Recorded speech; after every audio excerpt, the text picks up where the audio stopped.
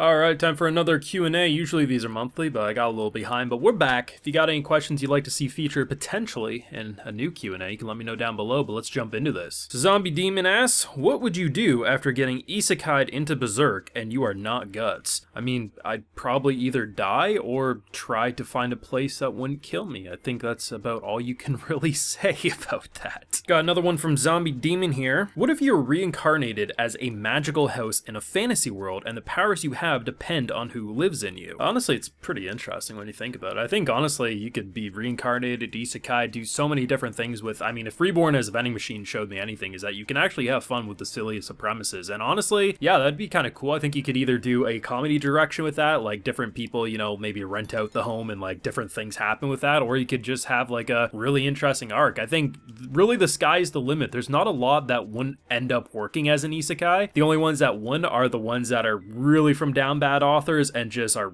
you know, like if they do reincarnated as panties just because the author wants to sniff some anime girl. I mean, that's too far, but you know, most things I think it would work out. So Zenvirus says, now that it's airing again, would you resume your reviews for the Misfit, a Demon King Academy? Obviously this was back when it was re-airing here, and the reason I didn't do it is like no one gave a shit, to be honest. I watched the remaining episodes. I do have live reactions over on my Patreon if you're interested in seeing what I thought of it. I thought it was pretty good. The first couple of episodes a little iffy, but it definitely picked up towards the end. But you know, the anime community sucks anymore. Like you can't even talk about half the shows that would normally be discussed, so once they go on break you're pretty much shit out of luck. So Vriandra says, what genre is the most difficult to produce a masterpiece of an anime in, and what genre is the easiest in your opinion? Most difficult? Probably slice of life. Now, not just a typical slice of life, I'm talking about slow burns, like, you know, Akino's Journey or something like that. Those are so easy to make boring, and while yes, there are monkey brains out there who think things without actions is boring, but you know, those are the ones that just like, you know, something that normally you're like, okay, if I explain this on paper, like even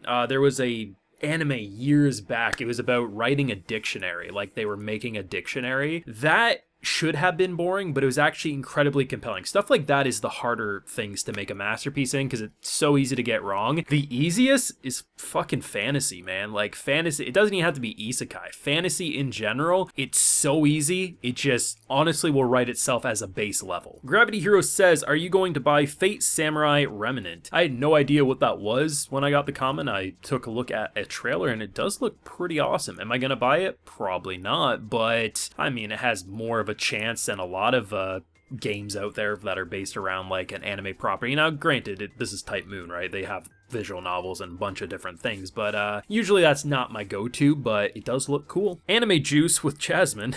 It's a good name. If you had to go back in time and start your YouTube channel over again, is there anything you would do differently? I don't really think so. I mean, when I first started, I had a couple of friends at the time who were about the current size I'm at right now, and they helped me. Like, you know, I wasn't monetizing right at the start, and, you know, they were like, why don't you turn on your ads? I was like, well, I'm not going to make any money. He's like, yeah, but if a video blows up, you will make money. I was like, oh shit. So I didn't have to go through like the YouTube partner program or anything, because I was pretty much monetized as soon as I wanted. The rules were different back then. So pretty much, no, I think I did everything the way I'd want. The only difference is I would have started doing live reactions on Patreon a lot sooner, because that's where I make most of my money anymore, and without it the channel wouldn't be here. And if I would have started that a few years sooner, I think a lot of maybe the negative mental health things that went through YouTube for me over the past few years wouldn't have happened. So that's about the only thing different, is I would have started live reactions on Patreon sooner. So Danny says, what are your 5 favorite cartoons you have watched? I feel like I've answered this question like 2 or 3 times, but you know, I like a lot of things. I think, you know, a lot of the Cartoon Network stuff that I grew up around, like stuff like Foster's Home, From Imaginary Friends, Dexter's Laboratory. I liked Ben 10 a lot. The original one, I didn't really see much after that. You know, Batman the Animated Series, the 90s Spider-Man show, that was really good as well. I don't know, stuff like that.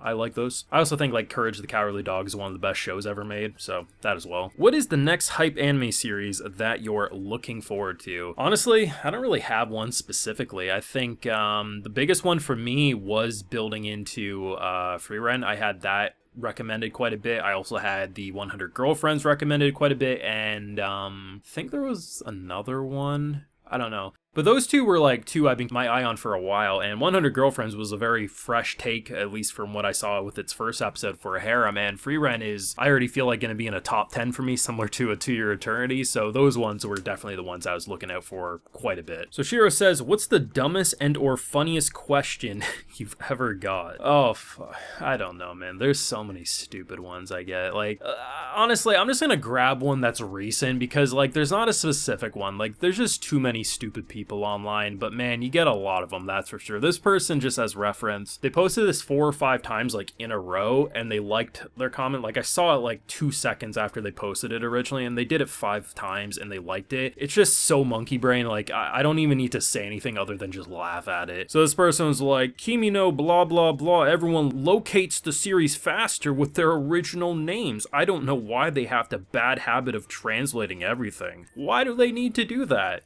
It's like, fuck, man, I don't know. Why does someone want to call something the 100 Girlfriends rather than Kimi no what the fuck? You're an idiot. If you could be a side character of an anime of your choice, what anime would that be, and why? I don't know. If you're looking for like a peaceful life, something like a Pokemon, or even, well, I was gonna say Yu-Gi-Oh, but Yu-Gi-Oh gets caught into some bullshit.